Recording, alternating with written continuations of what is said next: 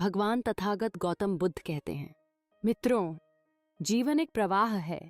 इसे पकड़ने की कोशिश मत करो, इसे बहने दो।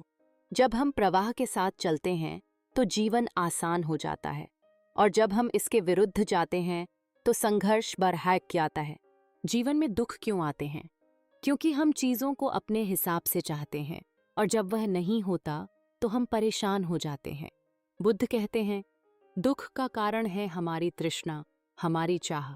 जब हम चाह को कम कर देते हैं तो दुख अपने आप समाप्त हो जाता है। मित्रों, किसी ने आपको बुरा कहा, अपमान किया, धोखा दिया, आपका मन तुरंत प्रतिक्रिया करता है। लेकिन बुद्ध कहते हैं, जो क्रोध तुम्हारे भीतर जलता है वह सबसे पहले तुम्हें ही जलाता है, फिर दूसरे को। इसलिए क्षमा करो, क्षोध दो। क्षमा करना कमजोरी नहीं बल्कि सबसे बड़ी ताकत है। एक बार एक व्यक्ति बुद्ध के पास आया और उन्हें अपशब्द कहने लगा। बुद्ध शांत खड़े रहे। जब वह व्यक्ति थक गया तो बुद्ध ने मुस्कुराकर कहा, अगर कोई आपको उपहार दे और आप उसे स्वीकार न करें तो वह किसके पास रहेगा? उसी के पास जिसने दिया। वैसे ही अगर कोई आपको बुरा कहे और आप उसे ग्रहण न करें तो वह क्रोध उसी के पास रहेगा। मित्रों, बुद्ध हमें मध्यम मार्ग की शिक्षा देते हैं, न तो बहुत अधिक भोग विलास, न ही अत्यधिक कठोर तपस्या। जीवन का संतुलन ही सच्ची बुद्धिमत्ता है। जैसे एक वीणा का तार, बहुत ढीला होगा तो आवाज नहीं निकलेगी, बहुत कसा होगा तो टूट जाएगा। सही संतुलन ही मधुर संगीत पैदा करता है। याद रखो, जीवन में सब कुछ बदलता है, अनित्यता ही सत्य है।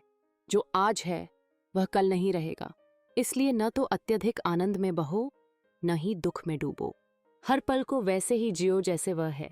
मित्रों, ध्यान, मेडिटेशन बुद्ध के अनुसार सिर्फ बैठना नहीं है, यह हर क्षण जागरूक रहना है।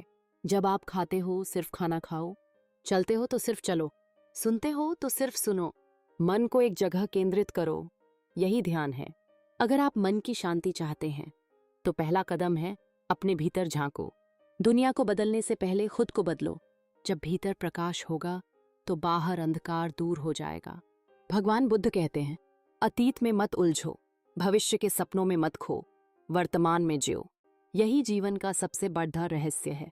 तो मित्रों, आज से एक संकल्प लो। क्रोध कम करेंगे, क्षमा बढ़ाएंगे, चाह को कम करेंगे, संतोष बढ़ाएंगे, और हर पल को सजग होकर जिएंगे। याद रखो, शांति बाहर नहीं मिलेगी, वह आपके भीतर ही है।